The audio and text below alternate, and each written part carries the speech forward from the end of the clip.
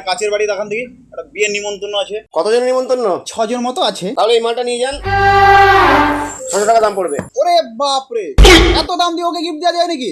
কার বিয়ে? আরে ওই যে আমাদের পাড়ায় বাড়ি না, সচিন, তার বিয়ে। আরে ও আমার বিয়েতে 30 টাকাওয়ালা কাচের বাটি দিয়ে গেছে, তাও আর ভাঙা। ওই বাড়িতে পায়েস খেতে গিয়ে আমার ঠোঁট কেটে গেছে। ওকে দেবো দামি গিফট, আপনি সস্তা 30 টাকাওয়ালা গিফট দেখান। দেখ ভাই, তোকে গিফট ফিফট নিয়ে আসতে হবে না, তুই এমনি আছিস, তোর জন্য আলাদা ব্যবস্থা করা আছে।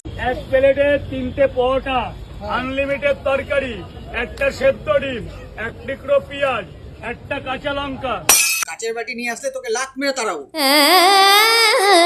দেখলেন তো দাদা ব্যাপারটা, ওকে দেবো দামি গিফট, আপনি 30 টাকাওয়ালা কম দামের বাটিটা দেখান। ছাড়ুন দাদা, আপনাকে 30 টাকা বাটি বাটি নিতে হবে না। আপনি বিয়েতে যান, হাততালি দিন, দুটো খাবার খেয়ে চলে আসেন, তাও তো বলবে কিছু একটা দিয়েছেন। আপনার ব্যাপারটা সচিনের মতনই। দূর, বিয়েতে যাবোই না।